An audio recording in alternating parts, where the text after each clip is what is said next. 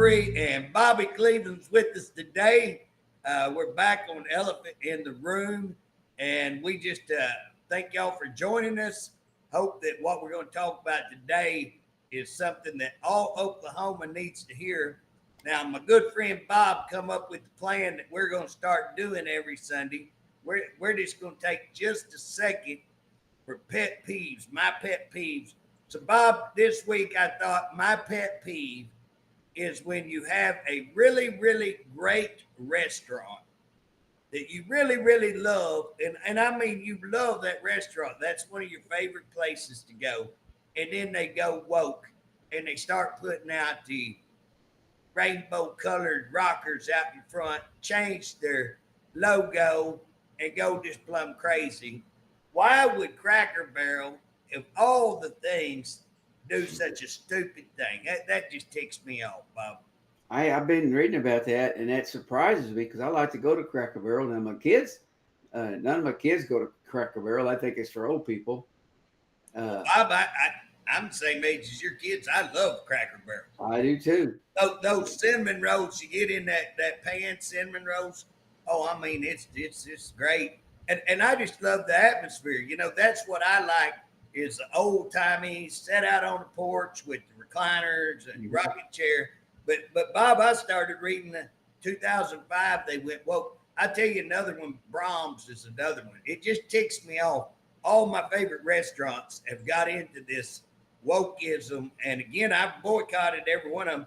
I got a chance. Well, Bob, you was there the other night. I won I could have either got a certificate to Olive Garden, or I could have got a certificate to Cracker Barrel. And any other time, I would have took the Cracker Barrel. And I was like, nope, keep it, because I'm boycotting right now. Because until they get back right, I'm not going to give my money to groups that support that kind of thing. So, just that's my pet peeve for today, Bob. It ticks me off. All my favorite restaurants, I'm having to find somewhere else to eat. So, well, I'll share mine with you.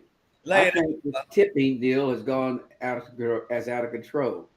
I went to a restaurant the other day that turned my order in up there and picked my order up there when it's ready. And now they're wanting you to tip. And so they says when I got ready to pay, when I made my order and got ready to pay, the girl said, no, you got to answer those questions on this deal before we can take your money. And the question is, do you want to give so much money, 10%, 20%, 30%, whatever it is, tip? Well, why would I tip somebody that all they did was take my order and put my order up on the shelf, and I come up and pick it up, take it back, and I get up when I get through eating, I go take a plate and dust it off. Now, why in the world are we tipping now? Well, Bob, and that used to, you wouldn't even tip if you didn't have service. Tips were on service and not just walk up there and get your order. And again, we've just changed it to where anymore that's just, and used to it's 10%, now it's 20%. And I understand, and I would tell you, if I get good service, I don't mind giving 20%, But again, that needs to be it ought to be reflective of the service you got. That's what tips are for, service you got. And, I don't know if that's kicked in yet, but there's no tax on tips. So that's pretty good wages right there. If you're going to give 10%. I think if I'm not mistaken, I think I read a tax on tips was the first $25,000. Oh, 25. I didn't know that. I'm not sure if that's true or not, but I read that, so I don't know if it's factual or not. Right. Well, Bob, today I just want to get into what we're going to talk about because I know we can talk about this for some time. We're going to probably run out of time before we get everything that we listed that we want to talk about. But, I've been going all around. Bob, you've heard me speak 2 or 3 times. I'm talking to a bunch of groups that, Elon Musk and President Trump started the DOGE. And, man, I'm glad. Look at all the stuff that they found and look at how much we're finding out and all the criminal charges that we hope come out of the DOGE. And the minute they did that, man, the governor here in Oklahoma, all the legislators, the leadership started talking about, we're going to do the Oklahoma DOGE. Oh, we're going to do the DOGE. Well, I sat around, waited around, and I didn't see no doging going on. but I seen a whole lot of Dodge in it. So I started the JJ's Oklahoma Dodge report, and I've gave those. But Bob, everywhere I go, I'm limited on time. You only got last night. You was there. We had 5 minutes. I gave some of this, but you can't talk in 5 minutes. You can't really get a whole lot in there. I've had places that I've had about 15 or 20 minutes, and you still, you 15 or 20, you get enough to kind of tell the problem. But Bob, you never can talk about solutions. And that's what I don't hear people having. People don't have solutions. Everybody can identify some of the problems. I'm amazed that this year, when all this DOGE, they didn't even come up with the problems, Bob. They didn't even come out with, hey, this is a problem. I've come out with a whole lot of problems, but a lot of people hadn't heard the solution. So today I wanted just to dive right in. So one of the things that immediately come to my attention is our government spending. And Bob, we got an office that started with a great ideal. It started with a great ideal. That's OMES. It was meant to consolidate everything, cut down on government. We were going to get less government by having a centralized government do everything. Right. Great ideal. The guy that come up with it, I'm all for the ideal. He had great intention. But like everything, we had unintentional consequences. What happened, OMES become more of a nightmare than any agency up there. It's out of control. It's out of control government spending. When HARP wasn't HARP over. Yeah, when HARP come in, that's when, Bob, it was bad before then, but when HARP came in, that's when you went. Well, they changed the policy on now I'm not meant to interrupt you though. No. Changed the policy on what was he changed it? That was on bids. He wanted to do away with bids, just buy whoever he wanted to buy from. He didn't care. Bob, and he wants paid 6% of any bids that they're supposed to be on. And that's the whole ideal. They're supposed to oversee those bids, that you don't have a lot of corruption in all those bids. That's why we went to centralized. But then look at what happened with him on Swadley's barbecue.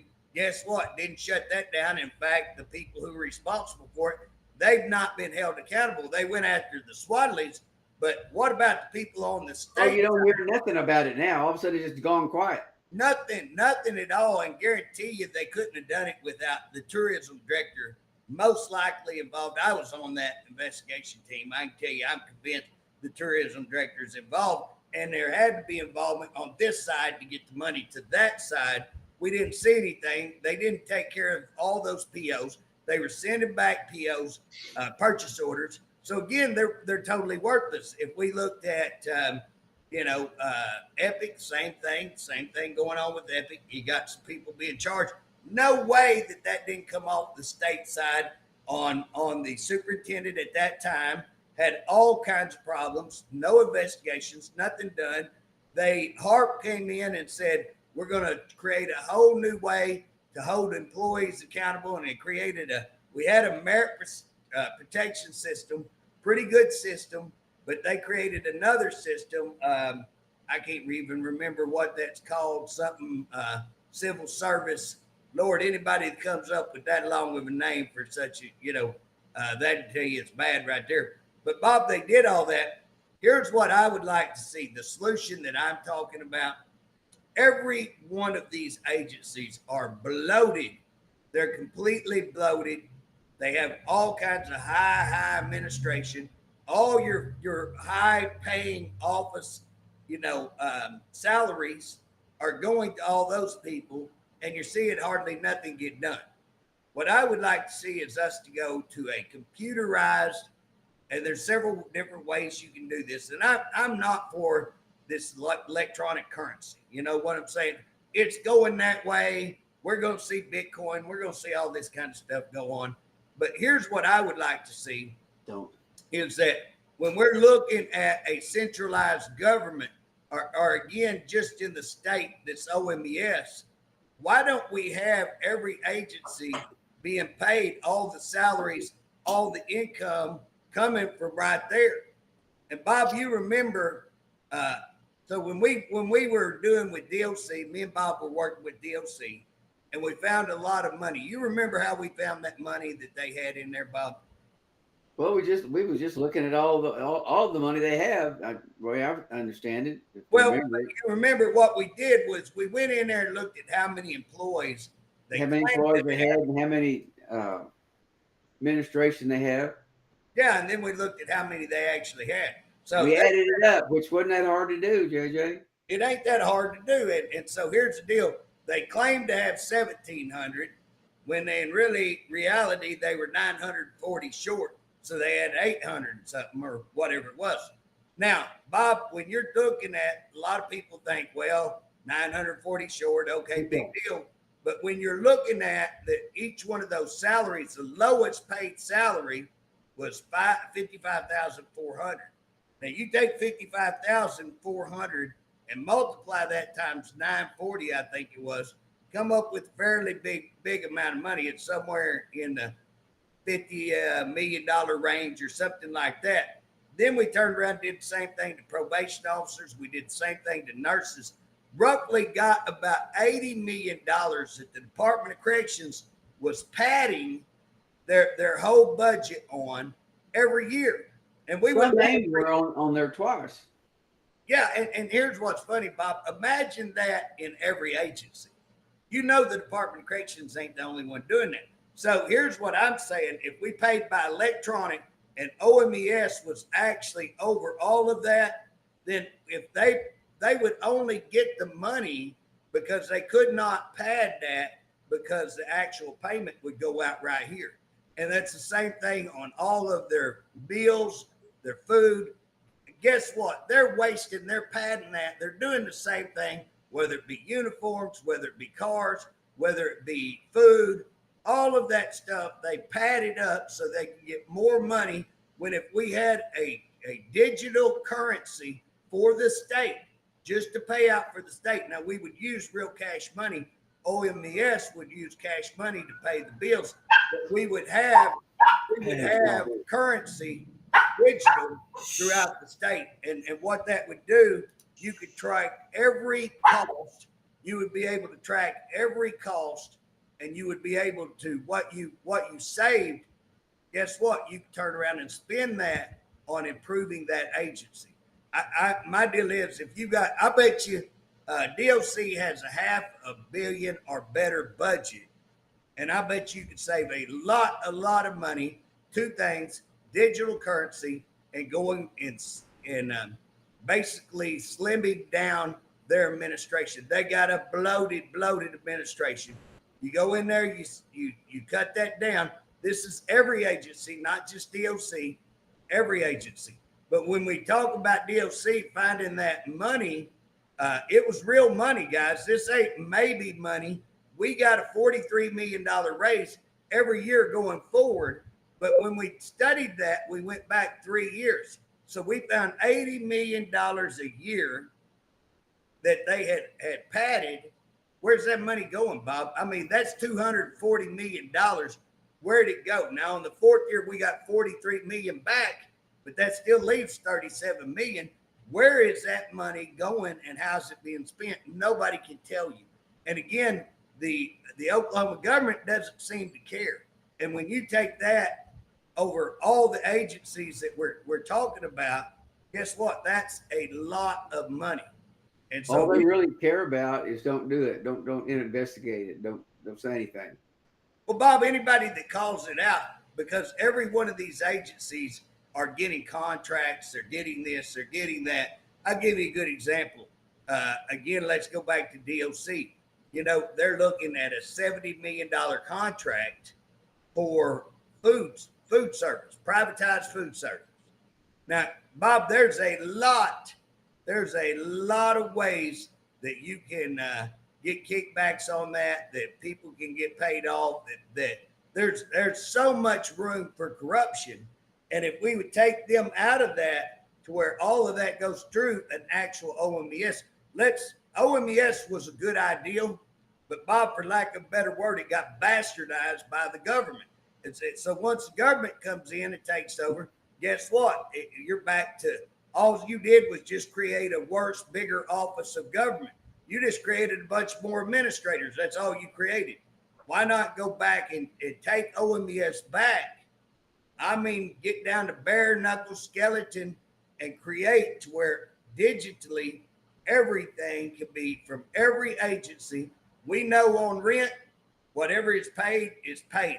And today, with all the technology in AI, you can have your audits being done right there. If you put AI in this, they do algorithms.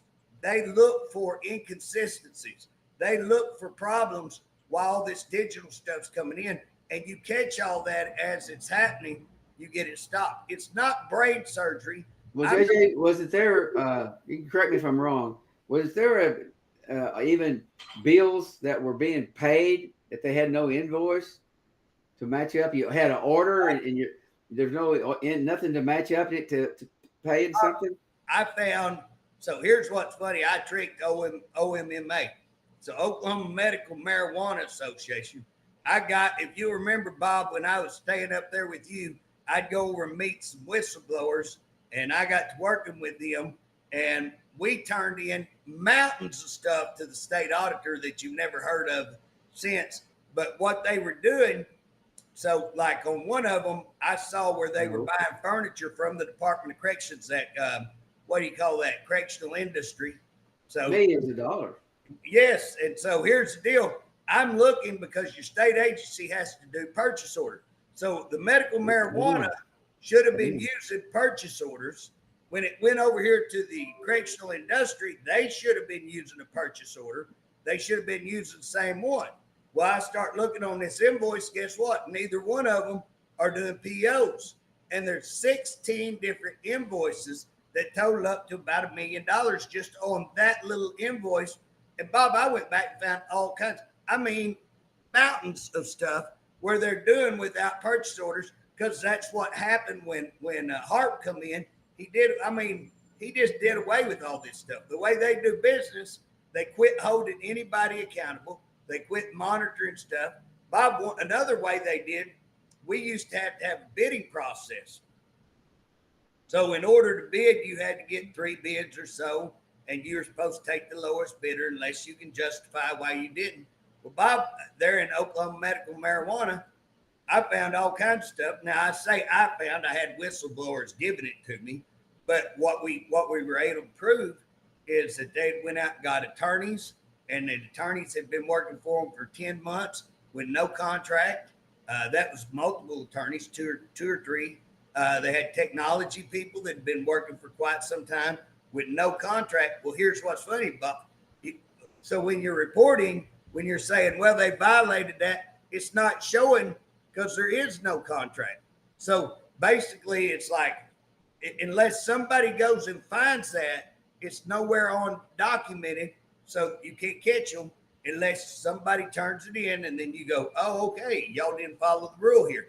So we caught that on multiple things. Guess what? Nothing. You hadn't heard a word out of it. Mountains and mountains of that, not a word. That needs to go back, and we need to create. We need to take back OMS, get control of it. We need to digitize where all of this stuff. We need to put that on an electronic to where it keeps track of it. Something like AI, where it can look and catch all of this stuff. It's looking at algorithms. It's looking at things that don't add up. And Bob, if there's 840, it only pays 840. If there's 17, it pays 17. If you want to know how many you got, one of the things that me and Bob run into, if you remember, Bob, it took us 3 months to declare how many they were missing. And then they were 600. If you remember, they were 600 off. They come back and said 300.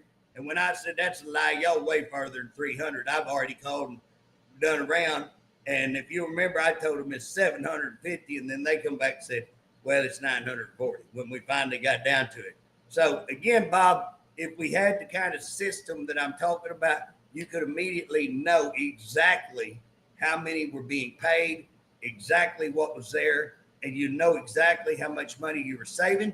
You would know exactly if you're not giving them enough, because I do believe there's some agencies that we need to look at. But then you would know what your money's being wasted on, and what we need to cut and what we need. Well, I assure you, that's not going to happen under the present governor. Oh, no, no, no. Unless somebody gets a plan and is able to show and able to use a platform to, you're going to have to shame them. The public's going to have to figure this out, and you're going to have to shame them into it, because guess what? They answered all the lobbyists.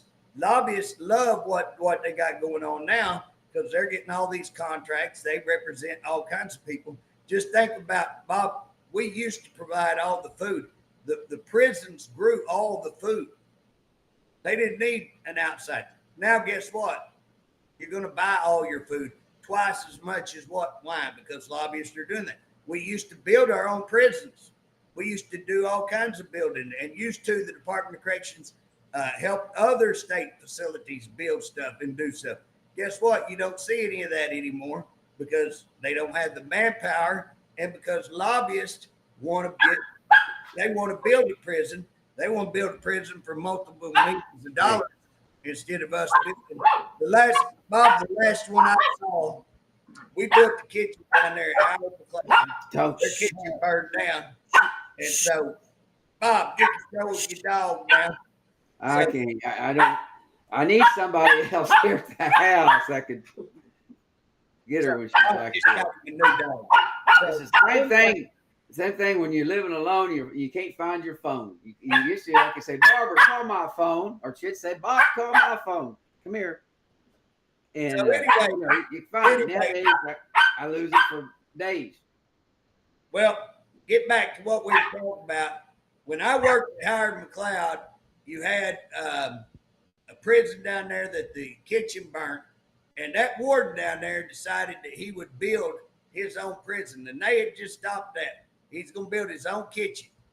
And Bob, they had that, I forget how many millions that they were going to spend on that kitchen, and he did it for $1 million, if I remember. He saved, it was astronomical what Warden Allen saved. He got it designed properly. He had all the fire marshals come in, do all that, but he had the inmates build it, and he had his maintenance build it. It saved astronomical. It was awesome kitchen, worked great. Why are we not doing that kind of stuff as a state? JJ, I would be willing to bet you money on the amount of money that the DOC turns in per employee for their budget. They get an X amount of money, and they don't use it on that X amount of employees.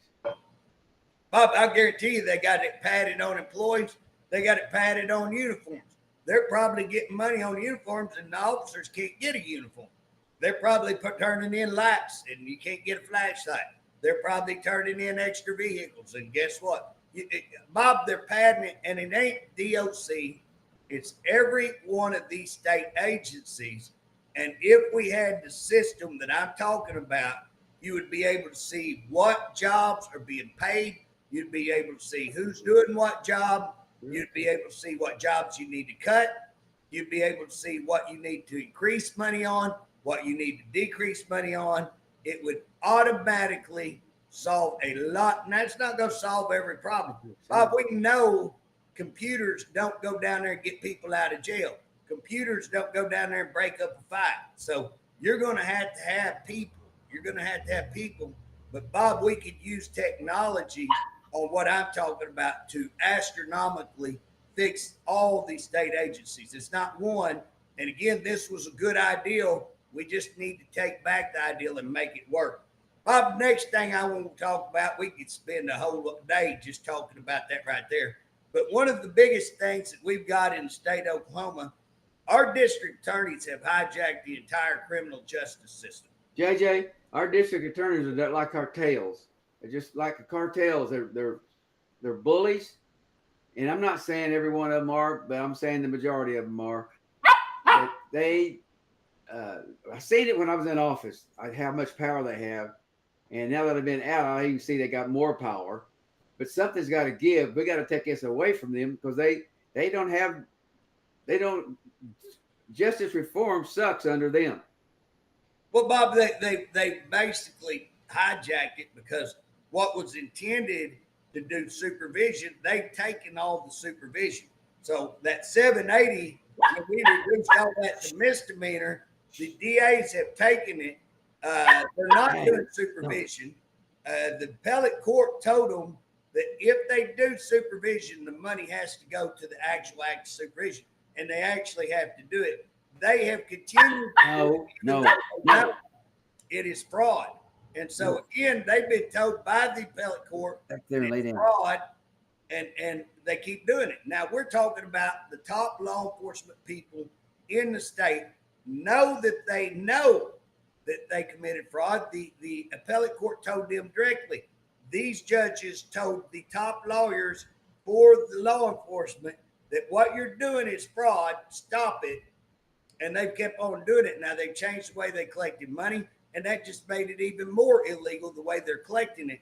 But here's the bigger fraud, Bob, is that they're taking all of these people and doing no supervision. And so they're creating a system where they tell, so Bob, let's say you commit a crime. Let's say you're out slinging dope, and all your money's being made from slinging dope, okay? I arrest you. I don't do anything to change your behavior. And I go in there and say, okay, Bob, I'll tell you what you need to do. You need to pay $1,500 on a fine. You need to pay court cost of $1,000, and you need to give me, the DA, $940. Okay. Now I'm going to send you out. How are you going to make that money? We're not doing anything to change your behavior. We're not trying to get you a job. We're not trying to stop you from doing dope. What are you going to do to pay that money? Now, JJ, you've been saying that now for at least a year. Oh, I've been saying it for 9 years, Bob. Well, not exactly what you're saying now. And I've never said anything. I've just listened to you. But I have seen what they've done to the people in prison. Pardon and parole board. Pardon and parole board needs to be changed completely to be fair. They don't want to be fair. What the DA it's money. It's a money racket. It's money. It's money. DAs are making money. They're putting themselves in the system. That they're not supposed to make money off prosecuting people. They are making money off prosecuting people. That makes the system. That's why the lady has a blindfold, because when you become paid to file charges on somebody, you're no longer a objective party. You're no longer an unbiased. You're making money off of it. When you become the answer to the system, you're going to take a plea bargain, and I'm your plea bargain. I'm going to supervise you, and I'm going to decide when you get revoked. Guess what? That's not an unbiased system. That's the DAs doing everything in the system, and they're making money off of it. And Bob, when somebody violates, they just bring them back in. They don't even revoke them. They just give them another and say, pay us double. When you catch a third one, pay us triple. And there's no accountability, and there's no helping. So these people get case after case after case. They get money after money. They get in debt to the point where, hey, and they finally do hit a crime where they got to go to the penitentiary, and there we are. So, Bob, what's the solution? Number one, we're going to have to hold DAs accountable for committing fraud. They shouldn't get away with committing fraud. We need to stop the fraud. I mean, that's the first thing. Second, if why are DAs having to commit crimes? And Bob, if you went back on the check thing that they used to have, they don't do check deals anymore because everybody's got one of them cards. But used to, they had a check deal. Bob, that was even more criminal than they would charge you astronomical fees, and the people who got hot checks could never get reimbursed for the check because the DA was scamming money off of the offenders. You know what I'm saying? They have been stealing from offenders. They have been putting offenders out to do their criminal enterprise for quite some time, and it's time we stop it. But Bob, we need to look at what are they spending their money on? Where's all their money going? And then we need to decide. We need to fund them. Bob, they need funding. They shouldn't have to do illegal enterprise to fund their offices. And we need to fund them, but we need to know what are we spending our money on. That's what we were talking about earlier, how to put in all of that we can write in. We don't need a state audit that takes 2 years for us to find out something's wrong. By that time, it's too late. By that time, we're screwed. We need a system that keeps track of all that immediately. Come on. Shows us what's going on. So again, one of the things that we've got to do, we've got to get them out of the supervision business. Bob, I've got a 3-hour presentation. Okay, I got a 3-hour presentation that I'm sorry. well, that's all right, Bob.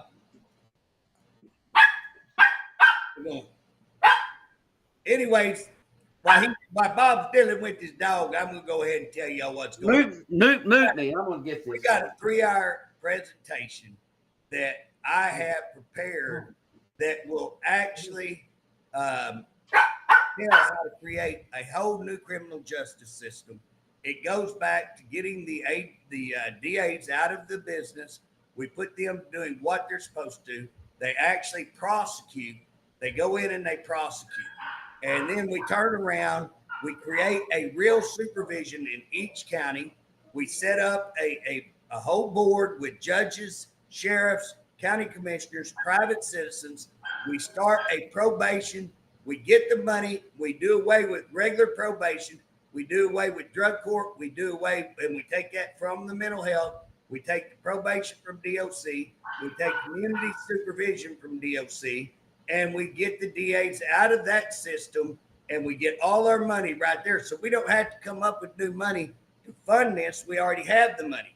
Now, we are going to continue to have drug courts. We're going to continue to have probation, but we're going to give the money back to the community.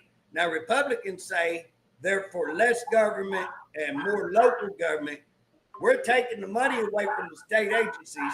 We're putting it down local. We're letting the local people with some supervision over them to say, you will run a drug court, you will run a probation, you're going to meet standards. We're not going to let the judge just pick his best friend to run this. There's going to have to be standards, but we're going to create supervision drug courts across the entire state.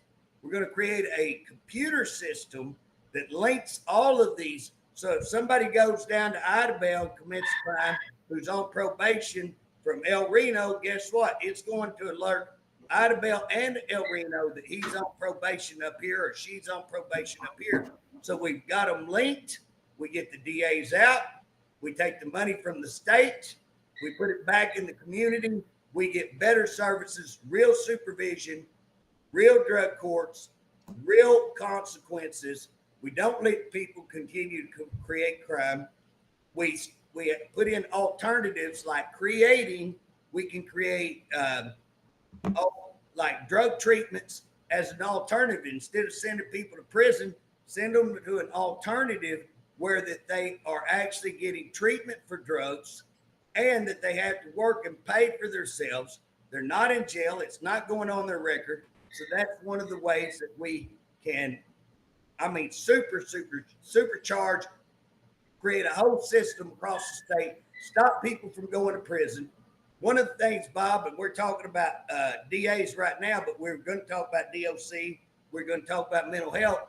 If we would create regional jails, so these DA districts generally have 3 counties. If we'd set in there and put a regional jail, state jail in each one of those 3 counties, then guess what? We can control those misdemeanors. When they got out of control, we put them in jail. Instead of sending them to prison, we have regional jails where they can do that full year on that misdemeanor charge. If they get 2, we can have them 2 years. We put pods on those jails and we make them mental health. So all 3 of those counties now have a mental health pod to go to. So instead of buying new prisons and spending $312 million on a 28-year-old prison, we invest in these 3 counties all across the state. That give us about 23. We put new jails in there. We keep our old jails in the county. So now we can house all kinds of people. Now we can address these misdemeanors like 780 was meant to do. We can do 780. 780 can work if we have places to go, but you got to have somewhere to go. All the mental health problems, you've got to have somewhere to put them. So again, we create these pods to take care of the immediate mental health problems that we see in our jail, that we see in why do we have so many mental health problems? Have we had these all along and we didn't know it? I mean, why? I don't remember all this being like this when I was growing up. Okay, so lots of reasons on that. That's pretty big deal. But Bob, we'll switch over into mental health. Right now, mental health had a whole bunch of money missing. And I said that way in advance. I said, where are their beds? So first of all, Bob, you had beds. So when we had mental health people, when I first started, guess what? You'd go get them and you put them in a mental health facility. They had Bonita. I think they had one out in Western Oklahoma. They had multiple ones across the whole state. They had Griffin right there in Cleveland County. So again, we had places to go. Now we had no place, so they're staying out on the street. We didn't have fentanyl. Bob, fentanyl is causing massive problems. These guys are zombies, can't even say their name. And again, our jails are not equipped to deal with all of these. That's why, Bob, they don't have any detox. Where's the detox centers? We don't have any detox. You have to use the jail to detox people off of hard drugs. And again, that's a major problem. So one, if we had these pods to handle those kind of problems, but Bob, we need long-term beds. We need, and guess what? We've got a place in Tallahassee, the old veteran center that they closed, and they lied about that. That place is great. It's good. We could take it over. We could use it for a mental health facility. Guess what? You would get 400 plus beds out of there. You could probably even get more than that with a little bit of money tied up in it. We put 10, 12 million, maybe 20. You're going to see lots of beds. They're wanting to spend $500,000 to put beds in Oklahoma City, worst place you could put them. That's stupid. That's totally stupid. When we could go to Pauls Valley, I think it's got a hospital. Remember that prison we closed out there in William S. Key that was in I'm trying to think where that was, Bob, but it's out by Woodward. Western Oklahoma. Yeah, it's out there, Woodward.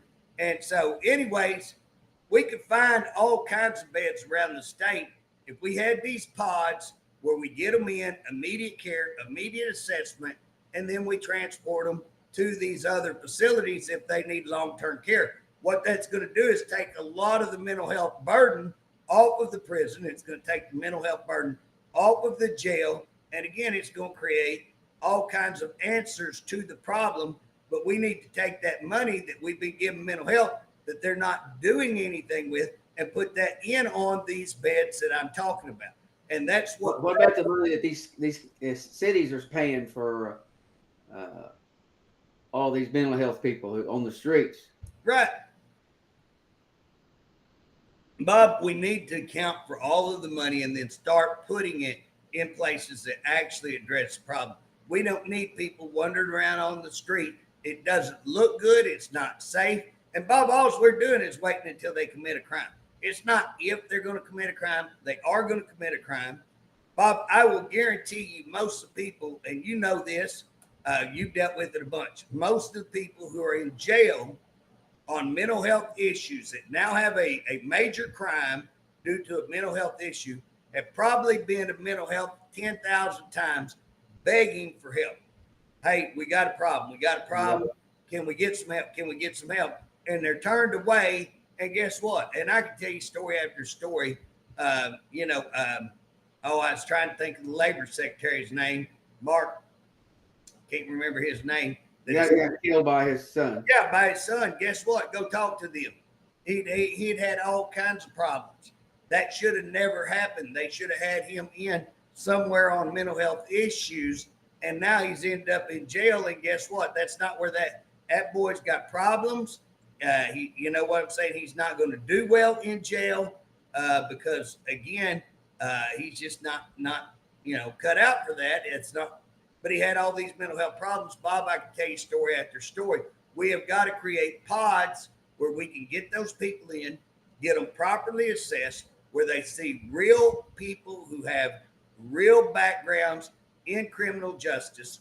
When we're talking about mental health, we need to look at that big building in Oklahoma City. We need to get rid of a bunch of that bloated administration. We're where all our money is poured into. We need to find beds across the state that we can find for free. We need to put our money into the actual employees down in the community. They're not making any money. We don't have enough people there to do the job. We've got to basically turn everything to get it out of Oklahoma City and get it back into the communities where the actual problem is. The money needs to go to where the problem is. It's not brain surgery. It's not hard. And that's why used to, we didn't have these problems. We had them, Bob. I mean, they were there, but you addressed them. You took care of them, and they weren't every time you turn around, because right now you have to deal with that guy. You send him home. Guess what? 2 days later, you're dealing with the same guy. Now you got another guy, and now you're dealing with them all the time. You're just back and forth. You take them to jail. Jails have to deal with them. So it just creates this massive amount of work that people are having to deal with constantly, and it's overloading the system. We got to have an outlet to. Something's got to be done with these people, whether it be treatment. We need some treatment beds. Bob, we put nothing into treatment beds. Well, I think, if I'm not mistaken, back when we did that, the government said, well, we got enough people, enough information now that we don't need all these facilities. They shut them down. Oklahoma didn't do it. The government did. Well, what the deal was, Bob, back there quite many years ago, they went into these places and they needed. I mean, they were nightmares. They were nightmares. Kind of what DOC is right now. Nobody's in there checking. Nobody's, holding them accountable. So you had really, really bad places. But instead of fixing them, what they did, they just closed them. And guess what? That left them out on the streets where nowhere. That's why you got all these mental health people homeless, because their families can't take care of them. They're wrecking their families. The families up there begging for help. We don't have any place to put them. We have to create facilities to put these people, and we need good facilities.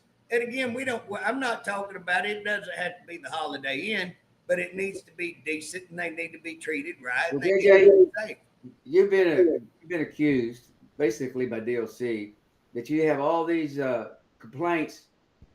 You're really criticizing them, but you never have a solution. And I've heard you offer solution after solution, but they don't want to recognize that.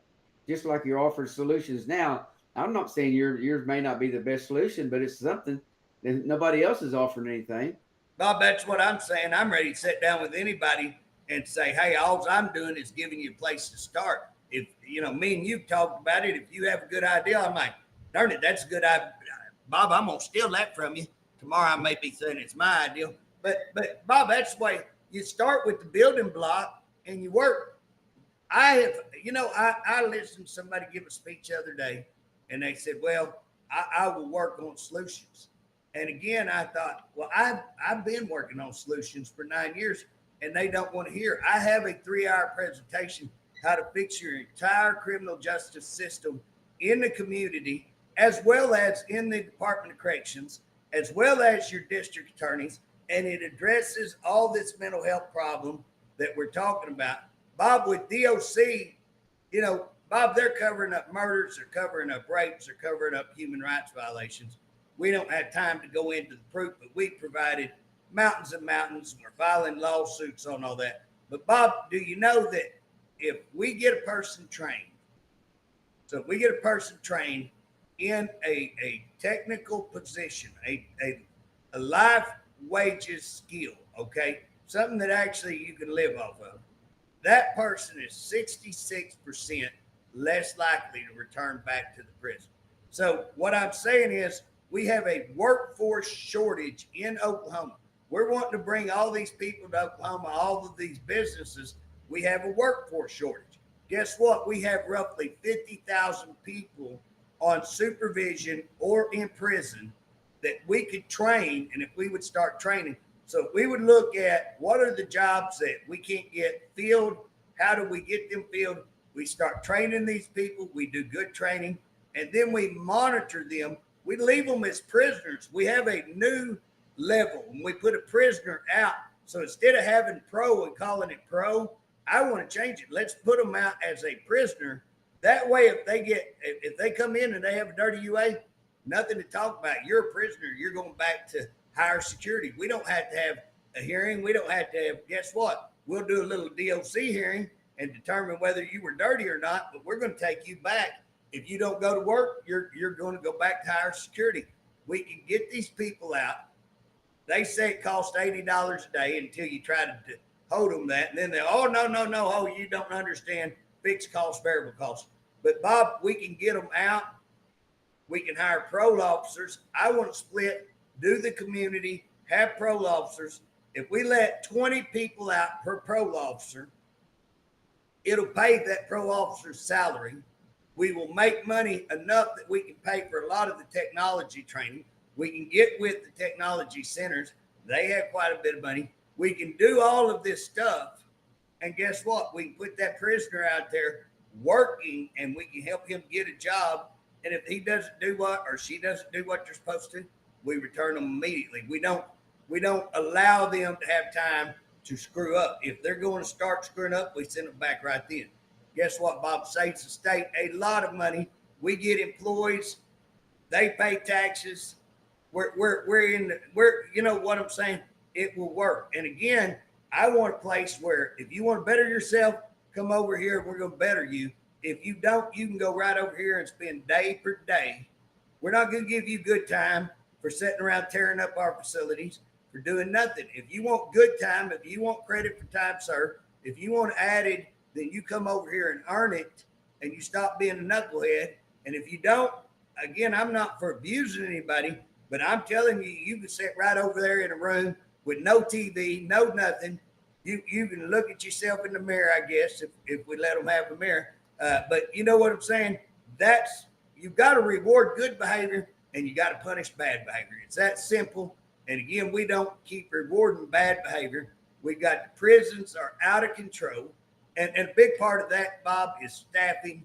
They have a staffing nightmare. They got way too many administration, as every other department we talk about, and they've done nothing to get the staffing levels. And that's why you have the murder. That's why you have the drugs. That's why you have the phones. All of those problems all come down to a staffing level. Bob, the last thing that I want to talk about is DHS. DHS is a nightmare. DHS is broken. Nobody has a clue how to go in and change it. The first thing you're going to have to do is you got to get CPS under control. CPS and adult services, so that's child protective services and adult protective services, need to come out of DHS. We take the money away from them. We give it to our sheriff's office. All of those calls are supposed to be sent through law enforcement anyway. DHS are not doing that properly. So let's take it away from them. Let's make these people officers, because they need to be officers. These people that are going out checking on kids like that, hey, they ought to be an officer, and they ought to be able to carry a gun. They ought to be getting paid. Right now, this is what I hear now. This is what I hear, and I've heard this for a long time now, that they just think they can do what they want with children.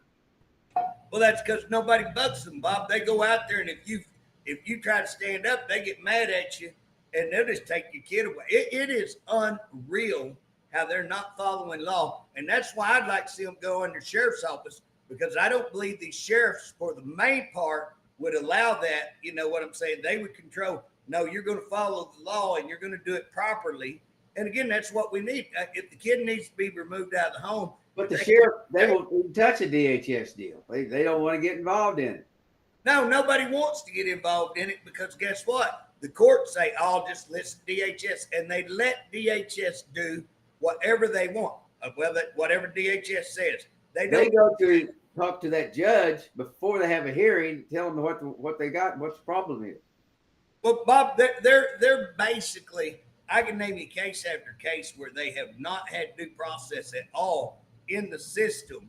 That case we talked about not too long ago, where the girl went and checked herself in treatment, had a baby. She wasn't high. She didn't have drugs. The kid didn't have drugs in her system. There was no prior anything. This is the first kid she had. What was DHS even doing there? On what authority did DHS take this kid? On what authority did they keep the kid? And again, they turn around and give it to a same-sex couple, who one of them is a pedophile, and goes and molests other kids. And now they've taken out of state, and I don't know if his family's got him back. I need to follow up on that. But Bob, that story is all the time. You know this. I get call after call after call, either on DOC, them mistreating people, or on DHS, them taking their kids unlawfully. This is a huge, huge problem. This has got to stop. We got to call our government. And Bob, I'm not saying everybody in the government is bad, but there's a bunch of people who have just turned a blind eye to all this and said it's just too big to handle. Don't want to. How many DHS directors have we had, say, in the last 5 years? Well, Bob, since Stick came in, he come in with a guy named Justin Brown. He was just like Harp over here in DOC. Justin Brown didn't know diddly. He didn't know Sickle from come here, and he just started. He closed all the offices across the Oklahoma. So here's the deal, Bob. Your job is out there in the community. He closes all the community offices, brings all of it into the administration. So again, does right the opposite of what he should have done. Builds the administration, closes the community. It should have been the opposite way. And he creates a coffee shop over in his building. But Bob, now you can't get, nobody can get calls in. They don't take care of the community. They put them out like everybody's going to go to work from their home. Like you're going to get a lot of production out of that. Stupidity gone to seed. He's gone. Shropshire comes in. Shropshire stays until Bob, the week that we did that hearing on DHS, on those kids being possibly waterboarded, on the kids being molested at the Tulsa Detention Center, and them covering all of that stuff up, she quit that week. Now, she resigned that week. They brought in, now this is hilarious, they brought in Carmel, who was over OJA. Now what's funny, OJA was where all these kids were being molested, and they covered it up. So now you're going to take the guy who's responsible for that and put him in a bigger position. It's unbelievable, Bob, what's going on. And nobody's calling this out. Nobody's saying, and what I'm doing, I want an investigation. I want to say, okay, I'm not saying it's real, just like me and you at DOC. That's kind of like at DOC. They take a guy it was one of the top people at a certain prison, who they were murdering more people, inmate on inmate crimes at this prison than any of the other prisons put together. Constantly, people were being killed there by other inmates. Worst record of all, what do? Promote him. They promote him. Promote him to be over all the prisons. Yeah, it's insane. And they bumped him. They jumped him to do that. And Bob, here's what people need to understand. When we're talking about, let me just tell you a little situation at prisons while we're talking that recently just happened. They had a staffing employee, whether it's a psychologist or whether it's somebody in medical or whatever. They took hostages, Bob. So an employee took hostages, three or four hostages. I think that was medical staff, held them hostage 30 minutes. They went down there and found guns in the vehicle of the person that was doing the hostage taking. So again, that's two things illegal, major illegal. Hey, within a week, she's back, or shortly after, she's back to work. They didn't file criminal charges on her. How do you take hostages and not file criminal charges? How do you have guns on the facility, not file criminal charges, and let it all go? And that's the person, I'm told it's psychologist. So again, this is a person that's supposed to be taking care of your mental health people. My gosh, if that's true, and it seems to be true because I've documented several that said it. So again, Bob, these are the things that are out of control that we have got. And my first answer on DOC is fire. The first thing you need to do is fire that director. He is terrible. Fire the director. Get somebody that has an ideal of how to fix this system.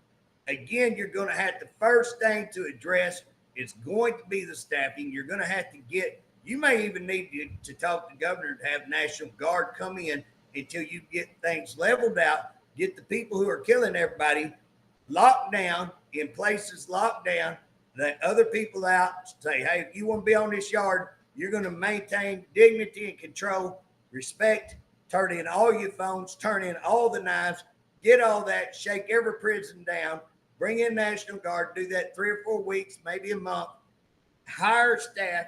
You could get staff hired. They haven't done a good job. You need to get correctional staff hired. Correctional officers and case managers would be the two positions. Nursing also, you'd have to really work on that. And again, that needs to happen before anything. You need to assess your administration, drop the amount of administration. It'll run better when you drop that. Again, digital currency that we can track on what's going on. You do those things right there, you begin to get your prisons back. You begin to get control, and we can move forward on things that I'm talking about. Technology, creating systems to get people out, put them to work. Now they're paying the state of Oklahoma instead of us paying for them.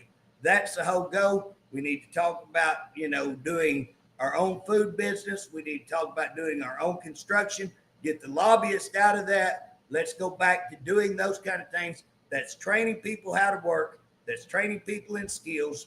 And guess what? It's cheapening the cost for the entire prison system. They can grow enough food that if we wanted to help welfare systems, schools, etc., we can do that too. Food banks, we can do all that. We put them back to work in the community, cleaning up ditches, cleaning up roads, cleaning up cemeteries, painting the lines. We can make Oklahoma look good again with prisoners. We have, if you have stations where people come in, where you're driving down the highway and you have a rest area, guess what? We ought to have prisoners cleaning those bathrooms, cleaning the property, mowing that property, making sure that those places stand out, look great. When you pull into Oklahoma, you should be seeing a clean, beautiful Oklahoma, signs mowed, everything else. We need to start doing that. You got to get the manpower, and you got to get somebody who has a vision for that. These are not impossible jobs. You just have those people out there. You're saying doing the restrooms, cleaning up, picking up crap off the roads, and all that kind of stuff. To do that, you got to have officers available to be with them. Right now, they don't have enough officers. I agree, Bob. You got to get the staffing, but I have a plan. I even have talked to a guy out of Texas that has a company that we could do this, and I've got a plan on how to bring back trained officers where we don't have to send them back through school. Trained officers, bring them back in, get them paid. I think I could recruit a lot of people, and we can make DOC one of the best in the United States. I'm not top 10. I'm number one. Second place is loser. I want to see us change the whole game, whether it be DHS, whether it be mental health. I have answers, solutions. I have places where we find the money. I have ways to find the money, make sure we're not wasting that money, saving money. All of these state agencies, we can do it. I've got solutions. I want people to know I'm not just about identifying, exposing, holding accountable, but I'm also about solving the problem, which is what we got to do. Well, I appreciate that you have the knowledge that you've done this and uncovered all this money that's out there and the corruption. But I don't appreciate that you've been told by people, I guess, in the upper echelon to keep quiet. Don't want to hear it. Don't talk about it. Well, that's not going to happen, Bob. We're going to raise Cain. And again, I'm running for lieutenant governor, and that's what all this is about. We want to change the office to where we do these things out of that office, and we call it out and hold it accountable and change it for the betterment of Oklahoma, that we change. If we want people to come to Oklahoma, we want business to come to Oklahoma, we got to get this stuff right. Bob, we could go on with broadband. We could go on with stuff we found in county commissioners. It's just we're out of time, and so we're already 2 minutes over, so we're going to call it a wrap. Hey, thank y'all for joining in with us. Appreciate everybody. Go out and vote J.J. Humphrey for Lieutenant Governor. J.J. Humphrey for Oklahoma Lieutenant Governor 2026. Y'all have a blessed day. Thank you.